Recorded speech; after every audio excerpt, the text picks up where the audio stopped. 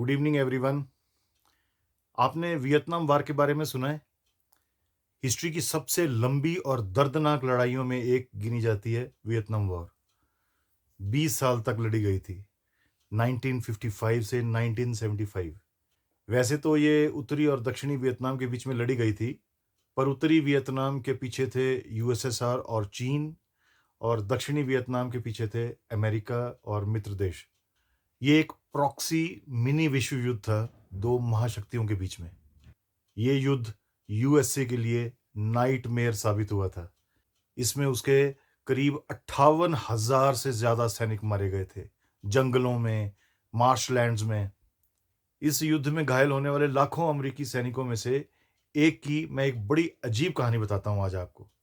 एक दिन भयंकर लड़ाई में वो और उसके साथी दुश्मन से घिर गए थे। वो सारा इलाका बारूदी सुरंगों यानी लैंडमाइन से भरा था। सिविलियंस भी वहाँ काफ़ी थे। भयंकर खतरा होने के बावजूद मौका मिलते ही वो अमेरिकी सोल्जर वहां से भागा। रास्ते में उसने देखा कि एक छोटी बच्ची बीच में फंसी थी। भागते भागते उस फौजी ने उस बच्ची का हाथ पकड़ा और अपने साथ दौड़ने को बोला, ताकि वो उसे किसी सुरक्षित जगह तक पहुंचा सके।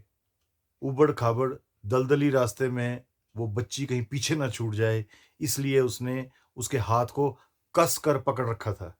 तभी भागते भागते अचानक एक धमाका हुआ, और फिर क्या हुआ ये किसी को काफ़ी देर तक समझ में नहीं आया। अमेरिकन मिलिट्री बेस के अस्पताल में जब उस सैनिक को होश आया, तो उसने देखा कि उसकी दाईं बाजू गायब थी। उसने जब उस बच्ची के बारे में पूछा तो उसे बताया गया कि लैंडमाइन एक्सप्लोजन की वजह से वो लड़की और सैनिक का हाथ दोनों के चिथड़े उड़ गए थे। कुछ रिकवर करने के बाद उस सैनिक को वापस अमेरिका भेज दिया गया, कंपल्सरी रिटायरमेंट के साथ। पर यह बात यहीं ख़त्म नहीं हुई। ये कहानी यहाँ से शुरू होती है। उस सैनिक के शारीरिक जख्म तो कुछ महीनों में भर गए, पर उसको एक अजीब दर्द ने जकड़ लिया। उसने डॉक्टर्स को बार-बार ये कंप्लेन करना शुरू कर दिया कि उसके दिमाग में एक अजीब-सी पेन है और वो उसको सहन नहीं कर पा रहा है। उसके कई टेस्ट हुए, पर डॉक्टर्स को कुछ समझ नहीं आया। पूछने पर उस सैनिक ने बताया कि उसे अभी भी लगता है, महसूस होता है कि उसने उस बच्ची को अभी भी कस के पकड़ा है। कस के लगातार महीनों पकड़ने की वजह से उसकी यानी उस सैनिक की बाजू में भयंकर दर्द हो रहा है और दिमाग में भी। He said repeatedly that the pain was unbearable. पर डॉक्टर्स भी हेल्पलेस थे। वो बाजू के उस दर्द का तो इलाज कर सकते थे जो बाजू अभी थी, पर जो बाजू और हाथ था ही नहीं, वो उसके दर्द का क्या और कैसे इलाज करते। महीनों सालों में बीत गए और उस अमेरिकी सैनिक को दर्द से छुटकारा नहीं मिला। 20 सालों तक वो सैनिक वैसे ही जीता रहा। इस दौरान वो बहुत चिड़चिड़ा हो गया था और गुस्सैल भी। उस भयानक दर्द में कोई कुछ और हो भी कैसे सकता था। फिर अचानक एक दिन यूनिवर्सिटी ऑफ कैलिफोर्निया में उसे बुलाया गया, एक एक्सपेरिमेंट के लिए। उसकी लेफ्ट बाजू के ठीक सामने दो टांगों के बीच एक आईना यानी मिरर रखा गया। लेफ्ट बाजू की मिरर में रिफ्लेक्शन देखकर सैनिक को एक बार तो लगा कि जैसे उसकी गायब राइट बाजू वापस आ गई हो। डॉक्टरों ने उसके लेफ्ट हैंड में एक पेन पकड़ाया पहले, फिर कुछ और, फिर कुछ और। कई मिनटों तक डॉक्टर्स उसके लेफ्ट हैंड से कुछ न कुछ हरकत करवाते रहे। इस दौरान उन्होंने उस सैनिक से कहा कि वो कभी अपने लेफ्ट हैंड को और कभी आईने में उस बाजू और हाथ की रिफ्लेक्शन को देखता रहे। फिर अंत में अचानक डॉक्टर्स ने उस सैनिक के लेफ्ट हैंड में एक गेंद पकड़ाई और उसे दबाने के लिए बोला। सैनिक ने हाथ से बॉल दबा दी। इस दौरान डॉक्टर्स ने उसे आईने में लेफ्ट हैंड की बस रिफ्लेक्शन देखते रहने को कहा दूसरी तरफ, और सैनिक ने ऐसा ही किया।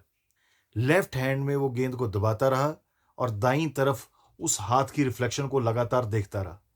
डॉक्टर्स ने उसे गेंद और जोर से दबाने को कहा, उसने वैसा ही किया।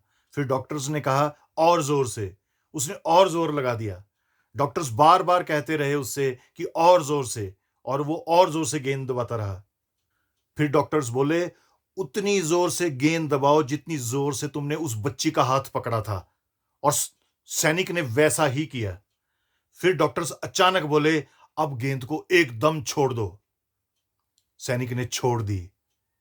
तभी अचानक एक करिश्मा हुआ। चूंकि सैनिक लेफ्ट हैंड से गेंद को दबा रहा था, पर देख उस हाथ की मिरर इमेज को रहा था, उसे अपने दिमाग में ऐसा लग रहा था जैसे उसके राइट हैंड ने गेंद को दबा रखा है, जकड़ रखा है। जो असल में था ही नहीं। और जैसे ही उसने लेफ्ट हैंड से गेंद को छोड़ा और राइट हैंड रिफ्लेक्शन को देखा, उसे ऐसा लगा जैसे उसने दाएं हाथ से कुछ जकड़ा हुआ अचानक छोड़ दिया है। उसके दिमाग को असल में यही लगा। उसके दिमाग की नसें जो 20 सालों से जकड़ी हुई थी, अचानक रिलीज हो गई। उसे ऐसा लगा जैसे उस बच्ची का हाथ 20 साल बाद अचानक छूट गया। उसके दिमाग की वो दर्द अचानक गायब हो गई। वो सैनिक रो पड़ा, फिर फूट-फूट कर रोया। जिस दर्द को वो 20 साल तक दिमाग में ढो रहा था और जिसकी वजह से उसकी ज़िंदगी नर्क बन गई थी, अचानक वो उस नर्क से मुक्त हो गया था। ये एक्सपेरिमेंट साइकोलॉजी की दुनिया में फैंटम लिम्ब मिरर एक्सपेरिमेंट के नाम से जाना जाता है। इस एक एक्सपेरिमेंट के कामयाब होने से उन लाखों सैनिकों और सिविलियन मरीजों के लिए एक उम्मीद की किरण जागी, जो किसी न किसी हादसे के शिकार हुए थे। हम में से, आप में से कितनों की मानसिक स्थिति उस अमेरिकन सोल्जर की तरह है। हमें भी तो शायद 10, 20, 40, 50 साल या शायद उससे भी ज़्यादा गुज़र गए किसी न किसी मेंटल ट्रॉमा से निकले, स्कार में जीते हुए। ऊपर से मुखौटों में जीते, हमारे अंदर की असली हालत क्या है? कहीं हम भी तो सालों दशकों से कोई ट्रॉमा, कोई साइकोलॉजिकल नाइटमेयर, कोई बैड एक्सपीरियंस, कोई सेटबैक, कोई हादसा, कोई सदमा, कोई पछतावा तो नहीं ढो रहे? क्या हम पूरी तरह से अपने पास्ट के भार से मुक्त हो चुके हैं? हम इस मिरर एक्सपेरिमेंट से क्या सीख सकते हैं? इसमें हमारे लिए क्या हिंट्स हैं? क्या ऐसा कोई तरीका हो सकता है जिससे हम बिना अपने पास्ट को दोबारा जिए, उसे छू कर उससे मुक्त हो जाएं? Your roots and past can help you blossom a new spring in your autumn. आपकी जड़ें और आपका बीता कल आपकी शरद ऋतु में नई बसंत ला सकता है। Do take the help of a certified trained psychologist. मदद हक से मांगें। There is only one life, live it with happiness without burden. एक और बात, क्या आप जानते हैं इस मिरर थेरेपी या एक्सपेरिमेंट का इन्वेंशन किसने किया था?